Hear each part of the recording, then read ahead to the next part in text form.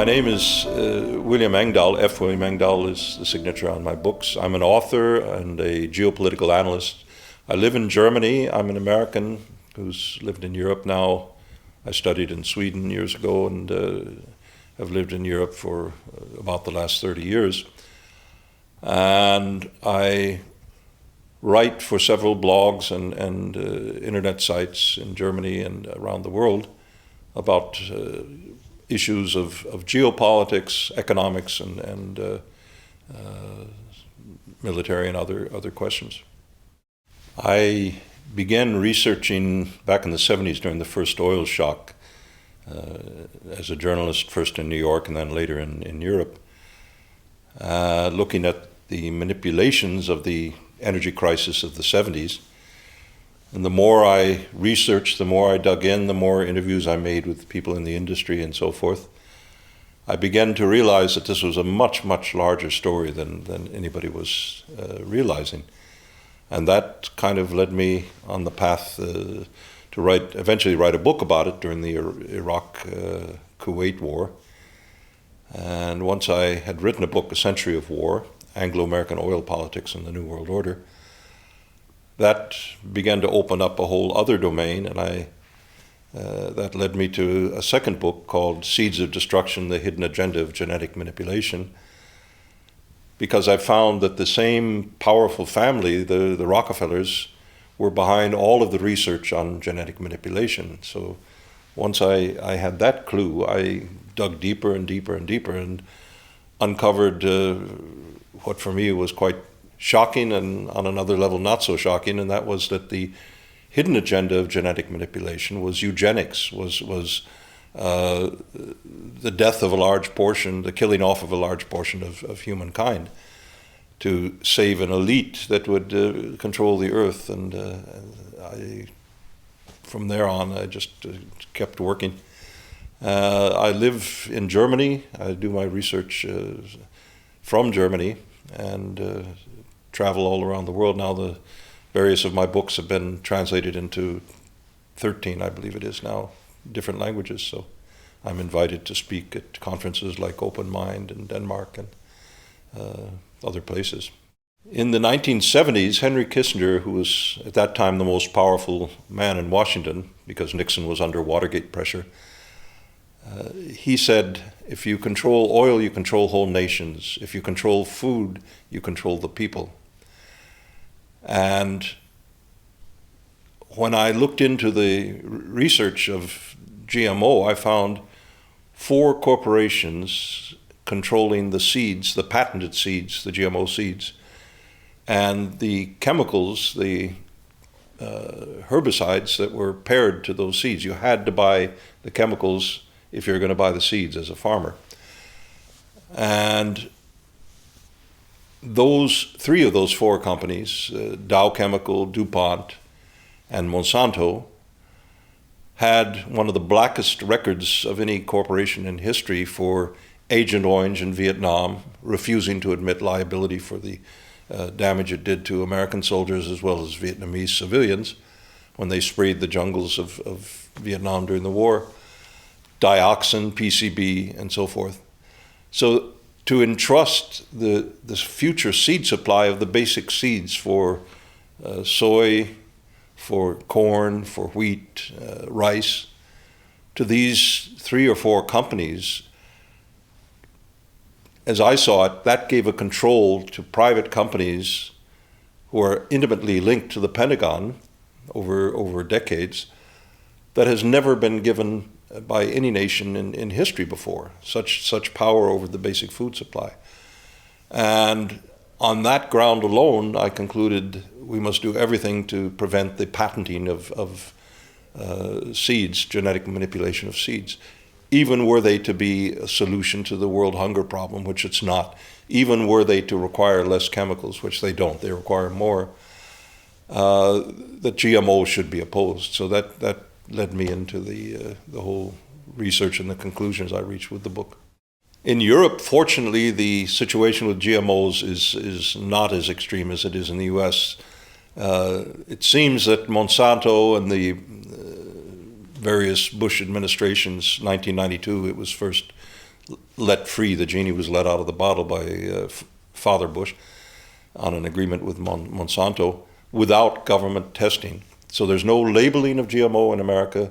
There's no government independent testing of the health and safety, because Bush issued an executive order that it was substantially equivalent to ordinary corn or soy, so we don't need any special tests. Well, that's a bit of madness. But the American food chain now has been so polluted with GMO, but most Americans aren't aware of what they're eating. In Europe, fortunately, very early on, a strong grassroots resistance grew up, and it has been by and large blocked from widespread proliferation. There is, in France, in parts of Spain, there is GMO. Several European countries have banned GMO entirely from its soils. And now the consciousness of the general public has become so anti-GMO or so resistant to GMO, it's very difficult for the politicians in Brussels or elsewhere, even if they would dearly love to, which several of them do, and one can speculate that Monsanto has been very active in their lobbying with some of these commissioners, that they can't get it through. It's just too strong, the popular resistance, and that's fortunate. The talk that I gave on the gods of money focused essentially on the third part of the quote from Henry Kissinger, that is, if you control money, you control the entire world.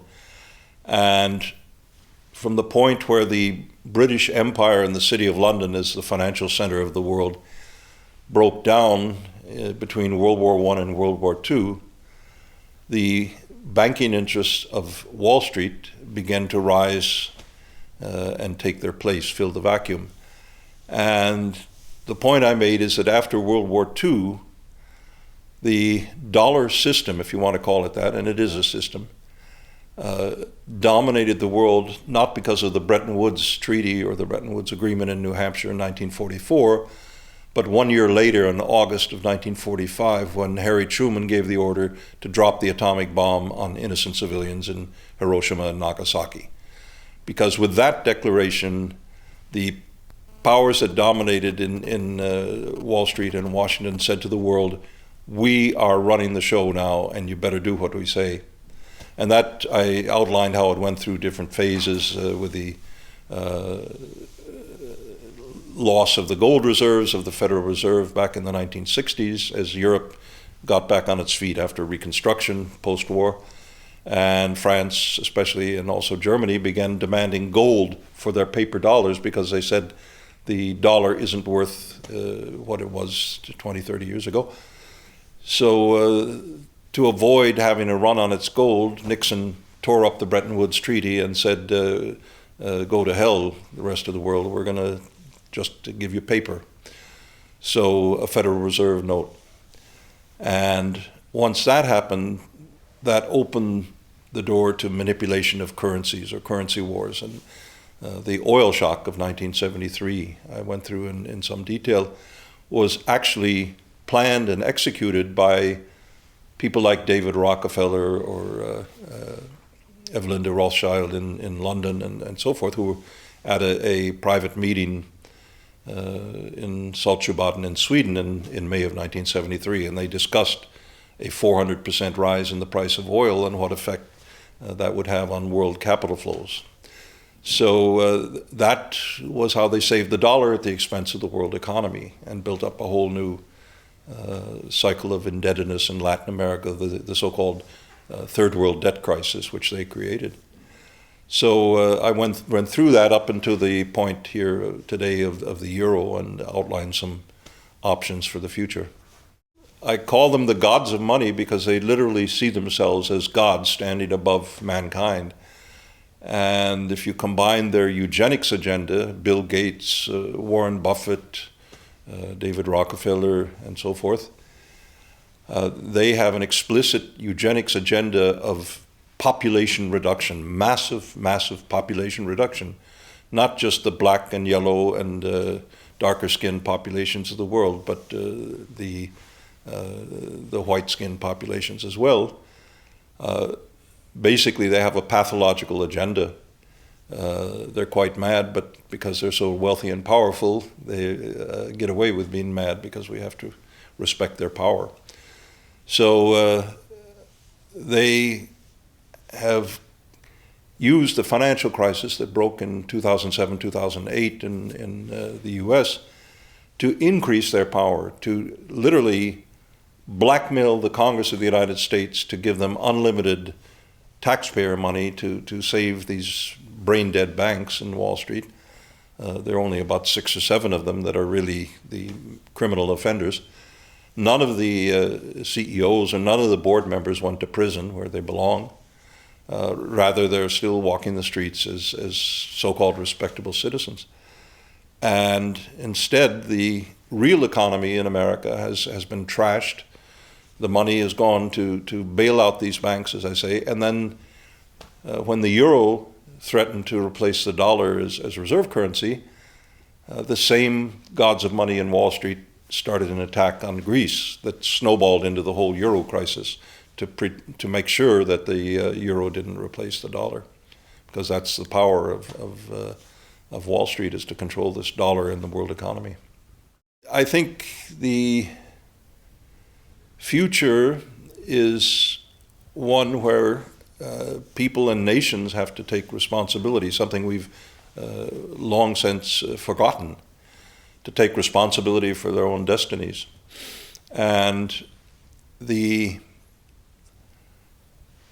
we have already the outlines of a counterpole to this American Goliath or Leviathan, not America, but the elites that control it, the gods of money and the military industry complex, which they also control. And that is what I call an iron triangle of resistance between China, Russia, and Iran, all of them with huge problems of their own, but forced to cooperate more closely because of the pressures they're facing from the West, from NATO, from the banking system, the dollar system, and so forth. And more they are going outside of the dollar for their bilateral trade settlements. More and more they're beginning to cooperate on combating terrorism. Terrorism, by the way, which is fostered by the CIA, by the Pentagon, by MI6 in Britain, NATO intelligence services. And they are beginning to develop the economic space, which is the only part of the planet which has the potential to be independent of the economic blackmail from Wall Street or the United States, Washington. And the more that happens, I think the more Europe will be faced with the decision to continue going down with the sinking ship across the Atlantic called the United States, or to lock its destiny with that of China, Russia, and Eurasian nations, which have the potential for at least 100 or 200 years of real prosperity. So I think that is an orientation, at least, out of the crisis. And I think on a personal level, it's the question of taking responsibility, something that is urgently necessary, that we've given up in our personal lives, in our relationships with our family, with our partners, and so forth, and taking that responsibility again as adults for our destiny. Not saying some politician in Copenhagen or in Stockholm or in Berlin is going to do it for me. They're not. One question that many people have is, why has not the quantitative easing that Bernanke and the Federal Reserve have been doing since the crisis, why hasn't it resulted in a hyperinflation? Why hasn't it had more consequences than it has? And the answer, I think, is that the money has gone to banks who are unable to lend it to the real economy because it's too risky. So they, in turn, put it into speculation in stocks or in oil or other commodities and create bubbles, financial bubbles around the world. They pour it into Brazil or to South Africa and not into direct productive enterprises. They pour it into speculation. So until it goes into the real economy, it's not going to have hyperinflation like you had in Weimar Germany in the 20s. of the last century, but already it's had an effect on commodity prices. The price of oil is well over $100 a barrel and has been for quite some time now. And the price of grains, the basic price of food has gone up significantly. Governments don't measure real inflation anymore because it's politically too sensitive. So that's hidden from us, but people know that in their everyday life, that we're in an environment of rising inflation, and the living standards are being squeezed in Europe and in the United States and elsewhere.